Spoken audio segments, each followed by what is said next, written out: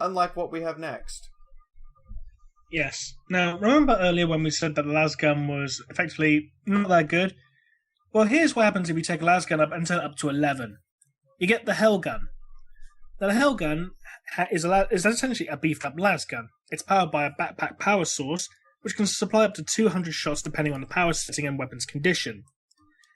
It's capable of automatic fire, and the weapons barrel incorporates a cooling shroud with coils of heat-exchanging pipes through which pressurized coolant is pumped, which is actually dangerous to the user because it's actually freezing to the touch. The foregrips actually include to protect the user.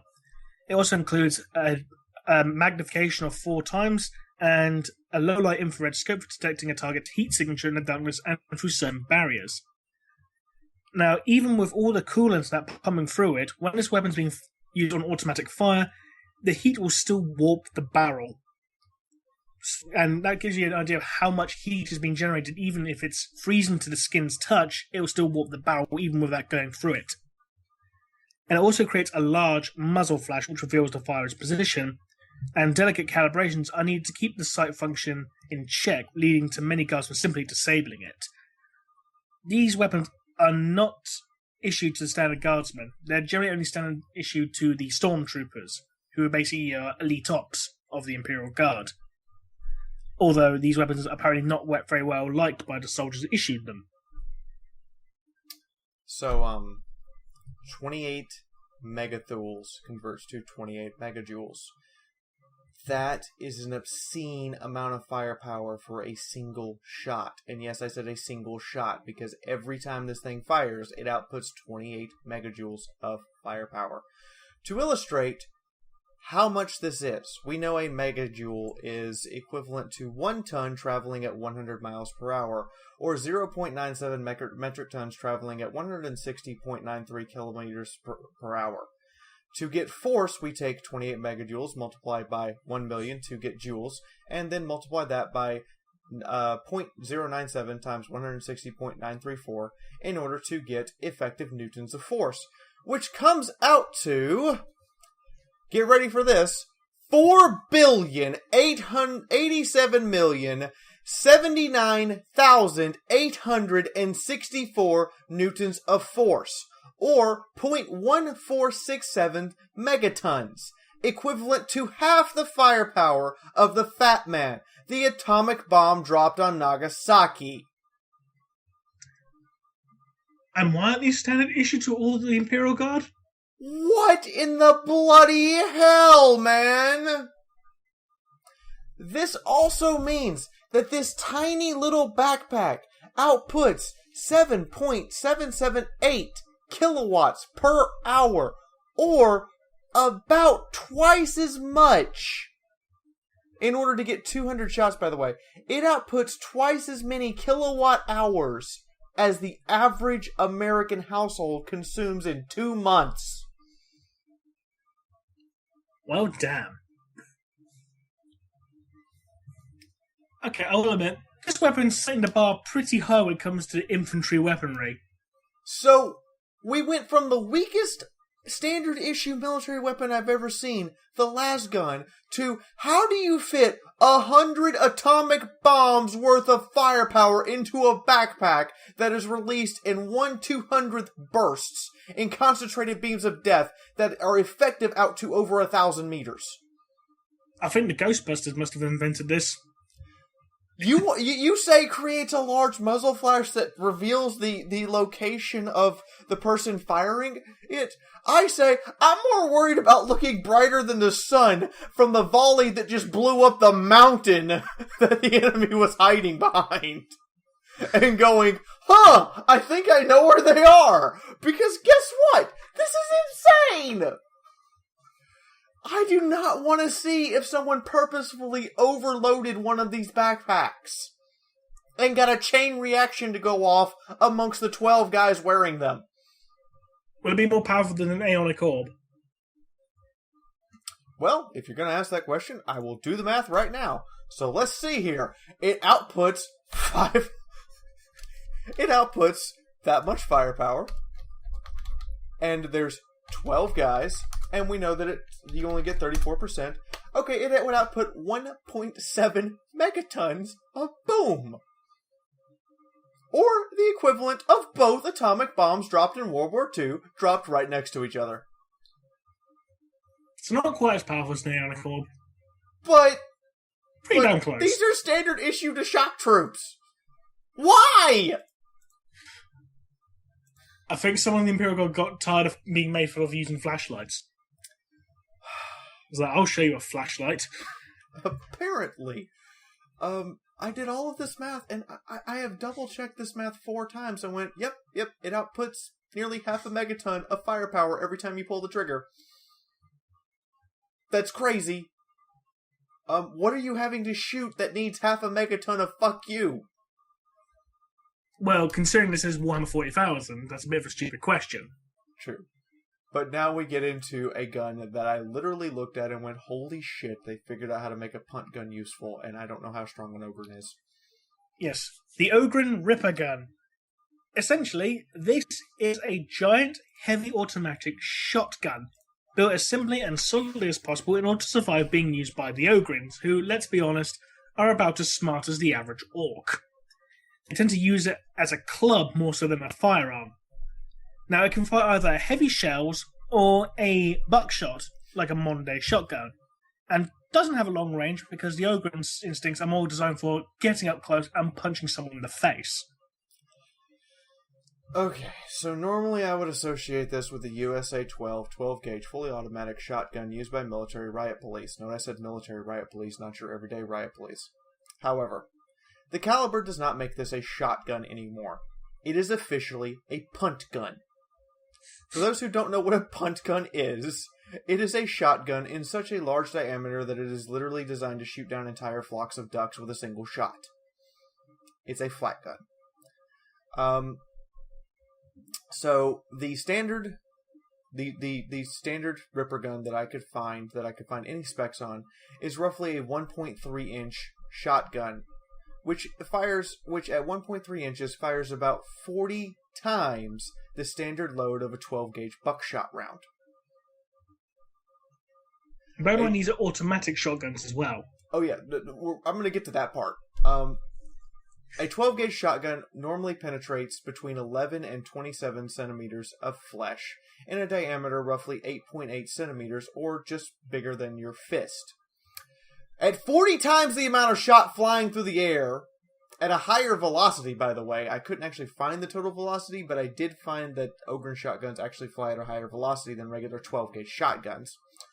You were looking at nearly 42.1 centimeters of penetration and shredding and destructive force of nearly 42.1 centimeters at 100 yards of diameter of the hit, with 108 to 117 centimeters of human flesh being punctured through and shredded. To illustrate how much flesh that is, my torso at its thickest point, i.e. my boobs, is 24.7 centimeters thick. This means 5 of me, standing front to back, would be punctured and annihilated into little bits from a single shot from this thing. Literally shredded from the sheer amount of shrapnel pumped into us and penetrating every bit of flesh there.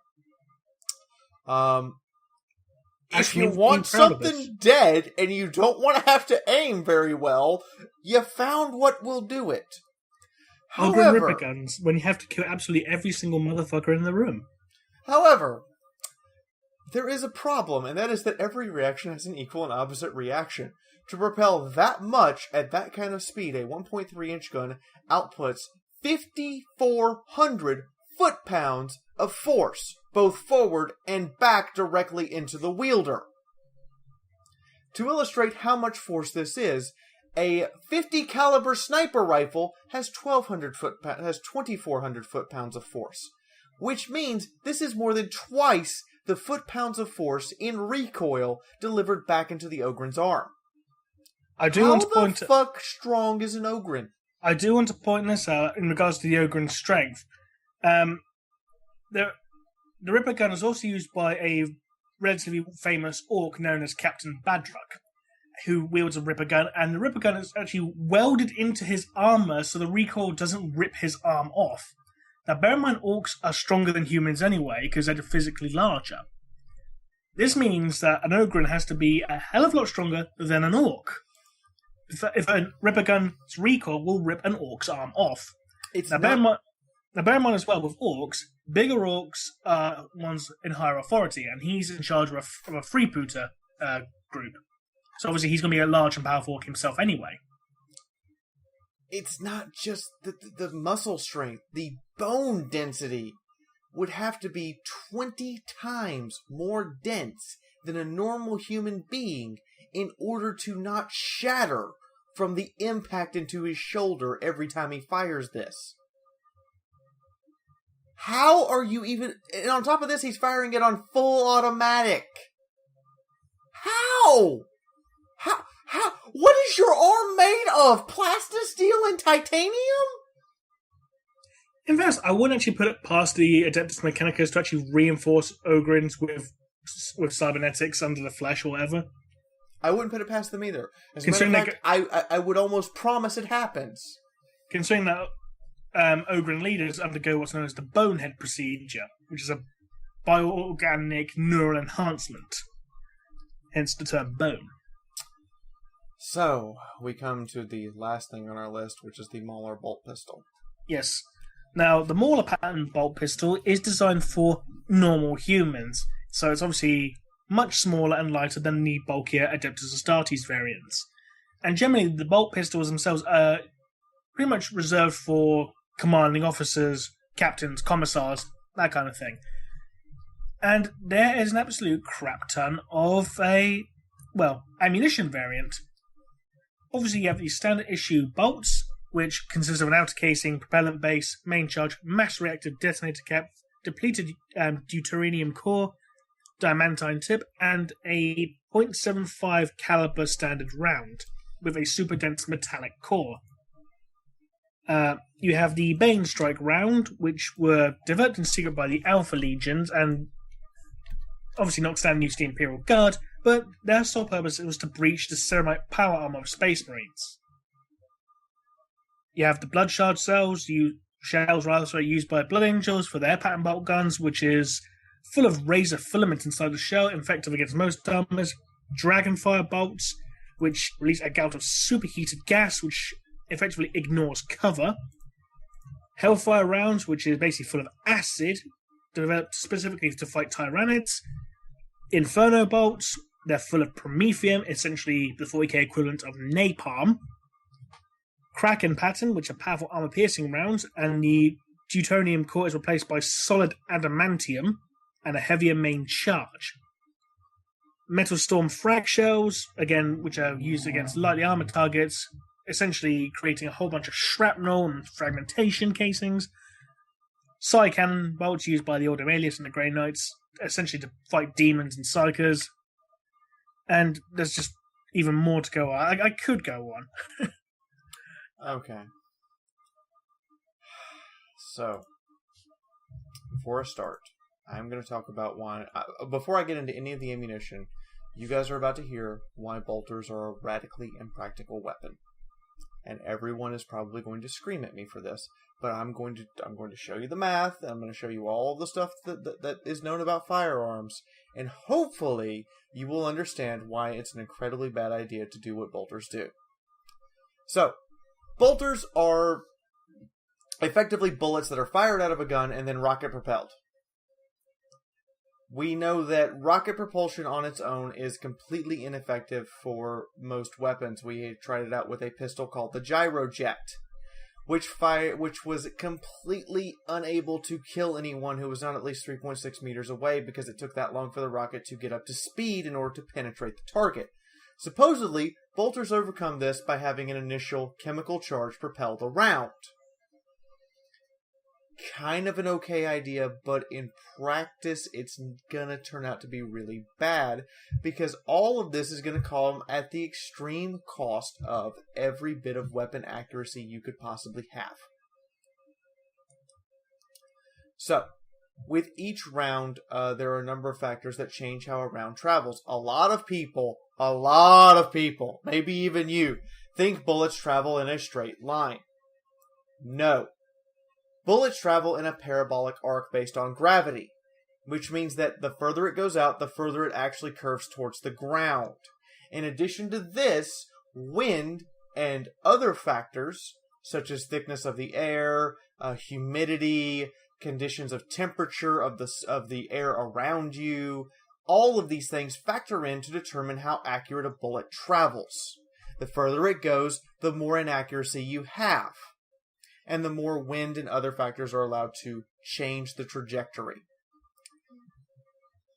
In addition to this, bullets also have a random factor for leaving the barrel. Now, we've reduced this random factor as much as possible with things like muzzle brakes, gas expulsion chambers, all these other wonderful things to get rid of the excess gas and residue from firing a chemical-based round and the parts of the chemicals that did not actually ignite but are now covering the barrel. This is also a reason why barrels heat up faster at a faster rate when you fire them on rapid fire settings, because the chemical residue in the barrel hasn't had time to clear out, it therefore reignites repeatedly.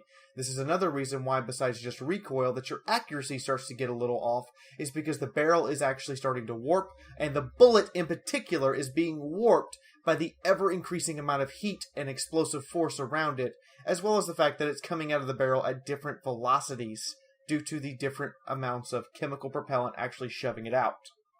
So we've gone over all the basics of bullet physics. Now, bolters are .75 caliber, or 40mm grenades, in effect. But they have a two-stage propulsion system. And here is where the inaccuracy comes into play.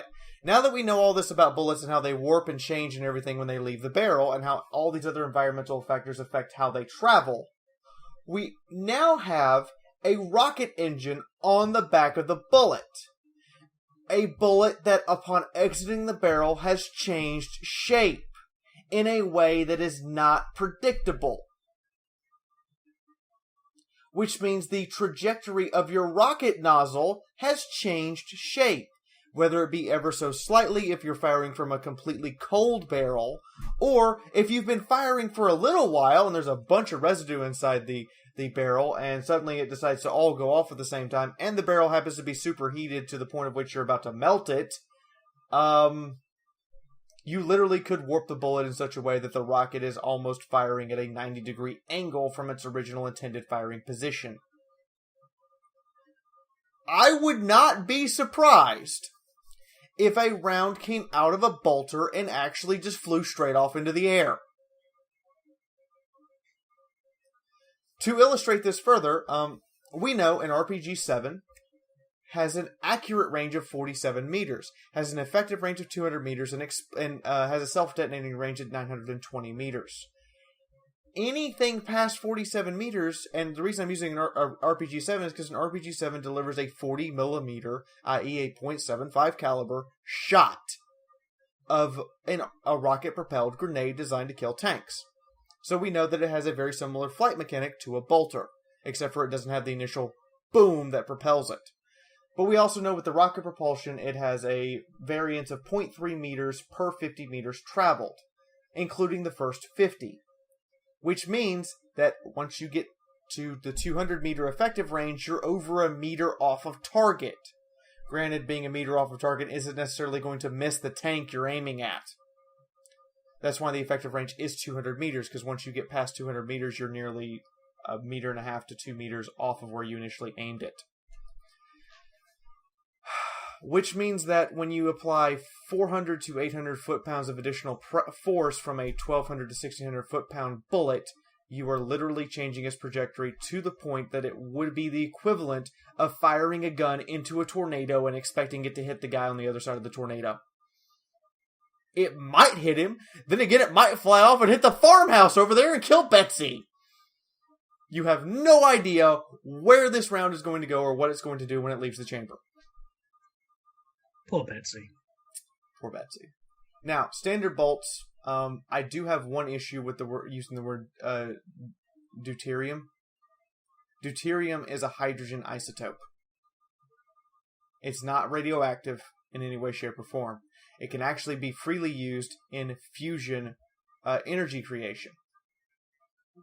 Why are we using depleted deuterium? That's not a metal. I'm really confused by that. Blame the Mechanicum. They're the ones who bloody invented the things, as far as I'm aware.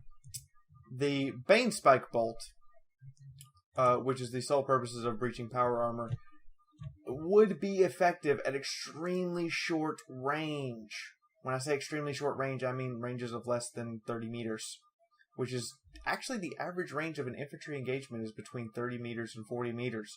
So these would be effective in average infantry engagement ranges, but once you get into the point where you need to be sniping at the enemy or shooting at longer range, it's just not going to be accurate enough because you've now taken this round and made it super heavy, which, by the way, super heavy rounds, while less affected by wind, have a greater impact when we factor in factors of gravity and impacting into, say, another bullet whizzing by them and displacing their mass against each other by displacing the air.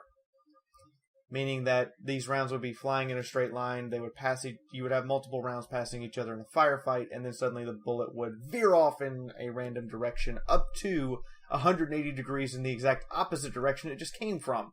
You might actually, it's a slim chance, but you might actually hit yourself with your own bullet. The Razor Filament Propellant is very similar to a flechette round that we use today, which actually tumble purposefully in air. I would not be surprised if the Blood Shard used by the Blood Angel actually does not have the rocket propellant on the back, because what ends up happening with the flechette round is it tumbles while it's in air, it impacts into the skin, and it actually stays solid and has hooks on it. So it becomes incredibly difficult to get out of your person. These are actually considered inhumane and illegal for militaries to use. The Dragonfire round, I'm not quite sure what the superheated gas would do to a person, but I do know from looking at the las guns that it would instantly cauterize the wound, which means while, yes, you might set their clothes on fire, or you might do a significant amount of burn damage to the actual flesh under armor, it's probably not going to kill the person. It's just going to maim them pretty badly. But at the same time, it will still incapacitate them. Yes. The Hellfire rounds using mutagenic acid and thousands of needles to pump it into the target would actually be incredibly ineffective due to biology.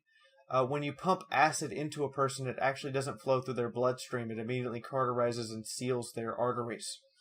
Which means, yes, it would seal off the artery and create the worst blood clot in history. It might actually cause a heart attack.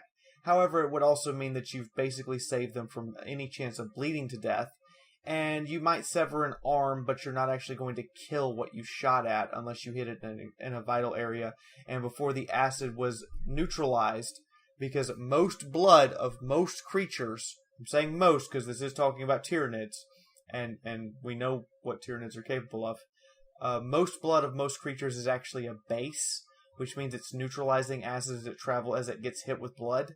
So more than likely you're going to hit a small area, 40 millimeters is not really a small area, but you're going to hit an area of the target and it's going to completely destroy that area.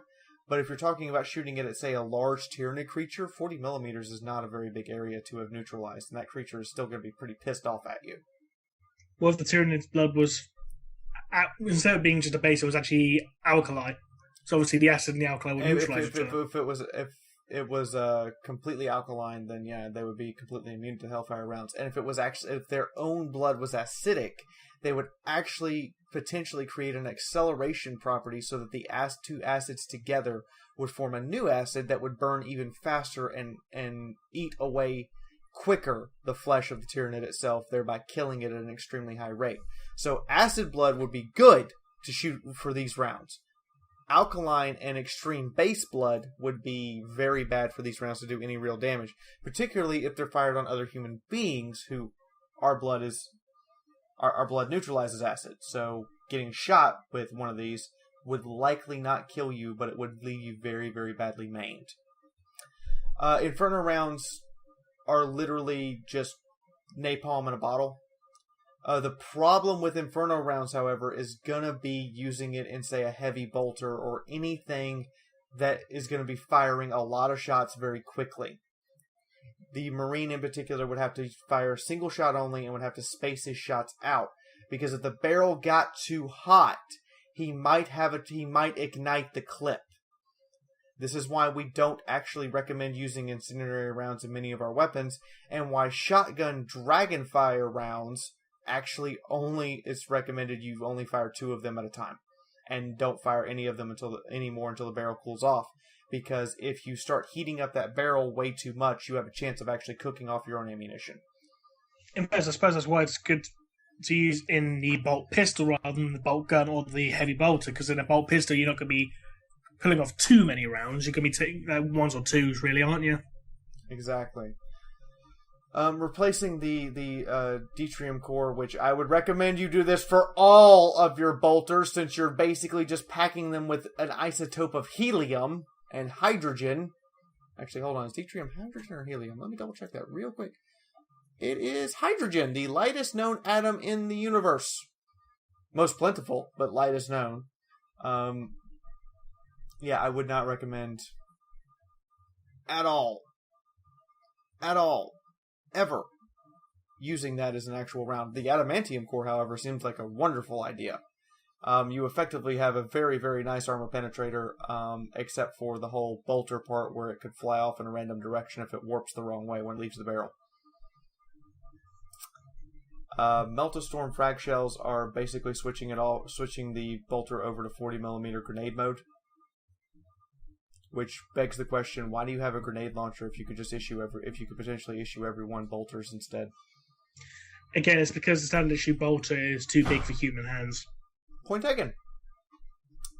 The psi cannon round, I'm just going to assume, have some psychic power that I can't scientifically analyze about them, because that's what I found out. Seeker bolts. Okay, I'm gonna be very, very nice. No, I'm not. Seeker bolts are a horrifically bad idea.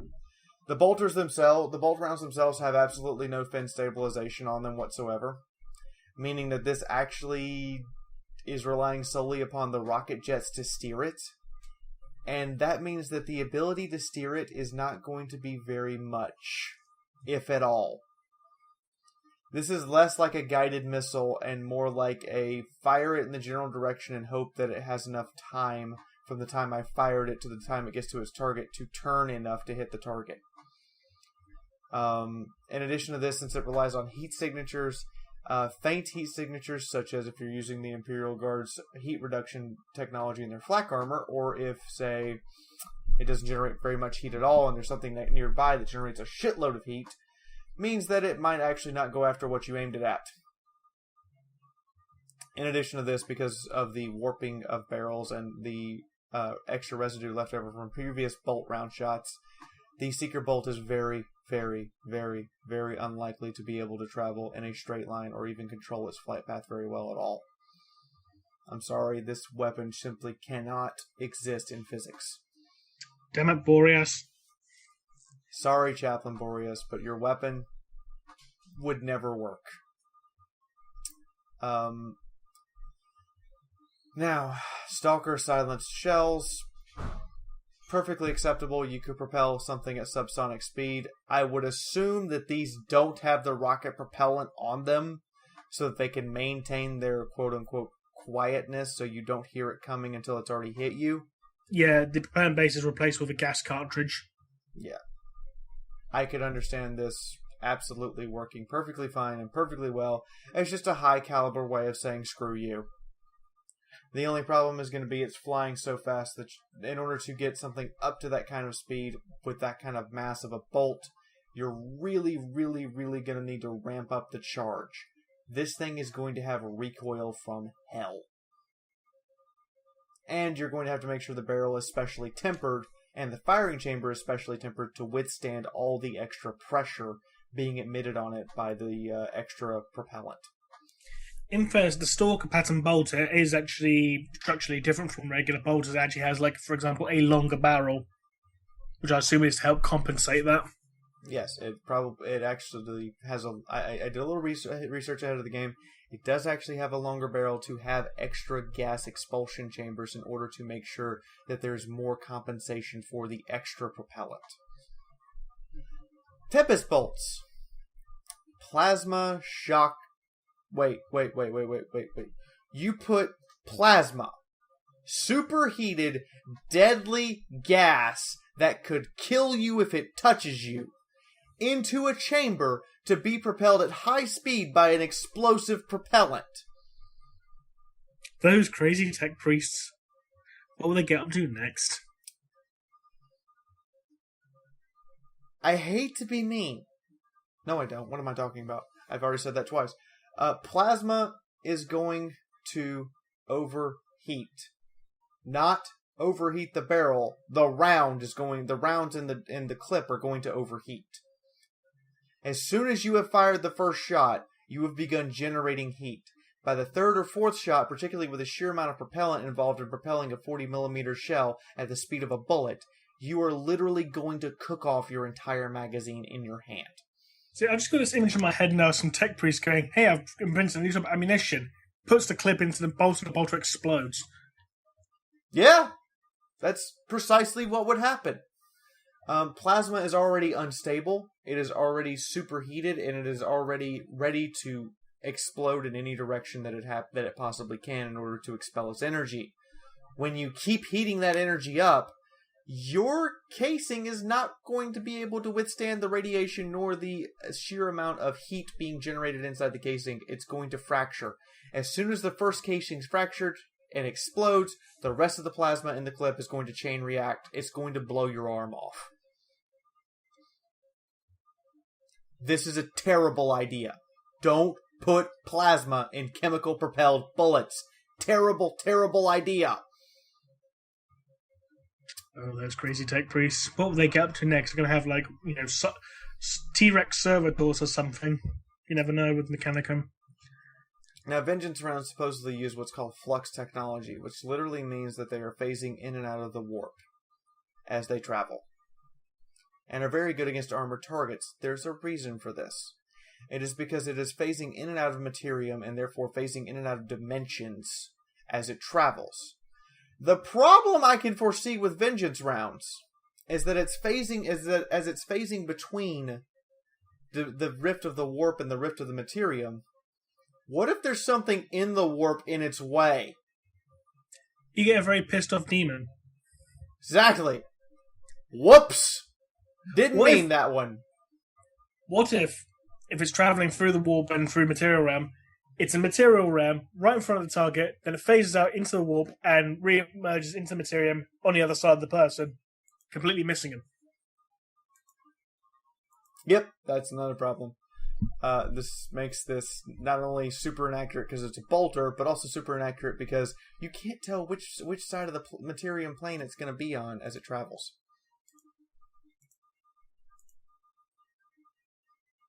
Then you're probably going to get someone in the webway going, "You damn kids, stop leaving bolt shells in my corridors."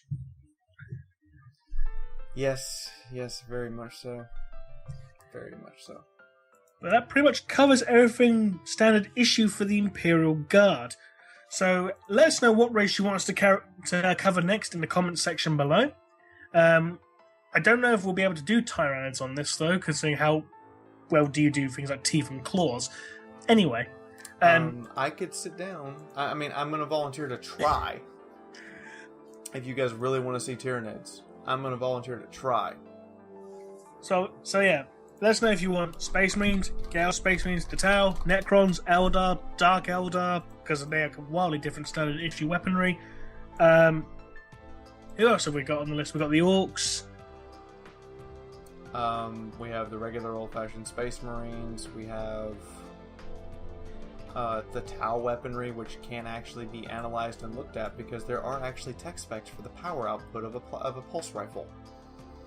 So Tau are going to be off the table for the moment, I'm afraid. No. They're on the table. I said there are tech specs. Oh, they are. I thought you said there aren't. Oh, sorry. I apologize. There are tech specs for how much firepower a pulse rifle, things like pulse rifles and plasma cannon and plasma rifles from the Tau actually pack. Regardless, let us know in the comment section below what race you want us to cover next. So this has been Renbase from 40K Theories. This has been Fiaura. And we'll see you all again next time. See you soon. Ta-ta.